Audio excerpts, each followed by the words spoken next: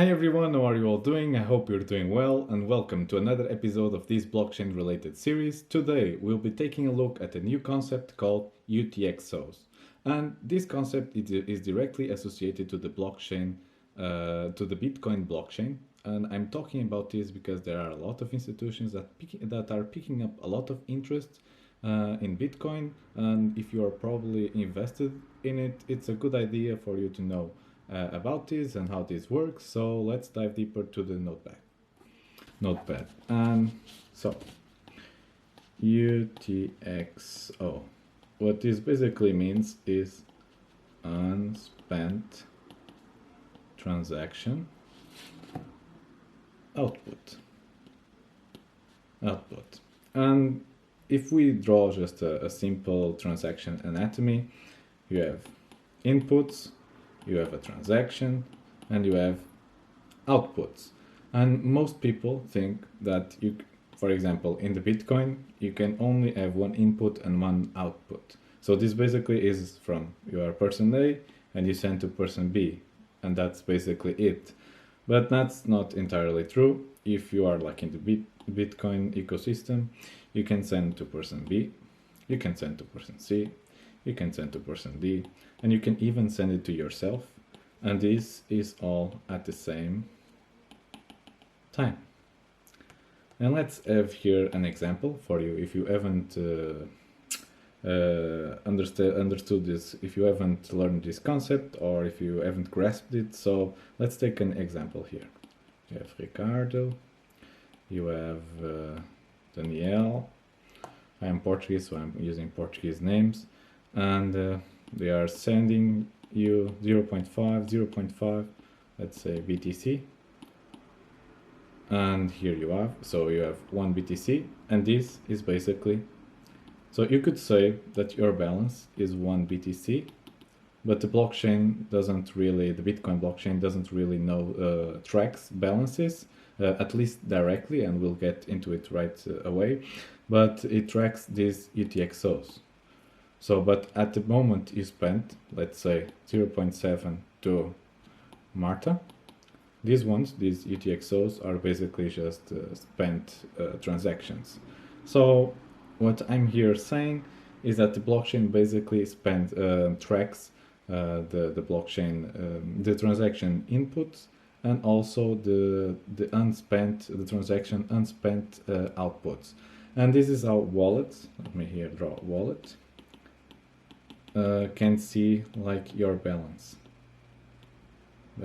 because they just basically add all these unspent transaction outputs, and they know exactly how much you can spend. And having that said, I wanted to move to the computer, but I just remembered this was just a simple explanation for you to understand it really quickly and simple. Hopefully you learned it by now. If you haven't, just leave like your questions in the comments. But you should also take into consideration nothing in the world is free, and there are transaction fees. And if you have watched the previous episodes, you know what I'm talking about. So the input is going to be output plus transaction fees, and these ones aren't specified.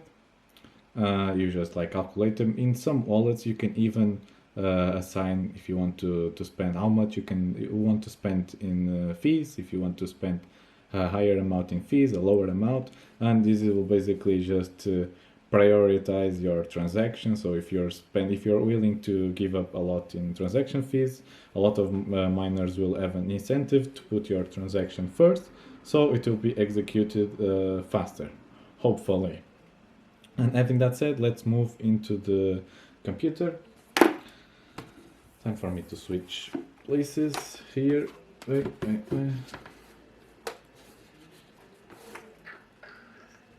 Okay. Okay, so let's open Google Chrome, and you can search it yourself. Just search Blockchain Explorer. Let's see. Here. Please load. And it's getting here really dark. But let's take a look at the most recent block. You can have here the transactions, and my laptop feels like it's about to take off. I hope you don't hear the sound. And like I said, here you have the input. These are just basically Bitcoin addresses. You have an amount, and you also have, hopefully you will have the fee. Sorry, because this is, I was searching in English, and okay, this is in Portuguese. You also learn a Portuguese word if you're not Portuguese. Taxa is fee. So basically here is your fee. And you can, if you do like the calculations, you see what I was talking before, and you can explore here the transactions, inputs, outputs. Let me see here. So you can here have multiple outputs, and you have like public access. This is all transparent in the blockchain. Everyone can see this, but you don't know which one is it. So here this person could be sending money to itself, because maybe she or he owns these two addresses and stuff like that, and it's a cool place to explore. Having that said, I hope you learned something new. We'll see each other next time. Bye.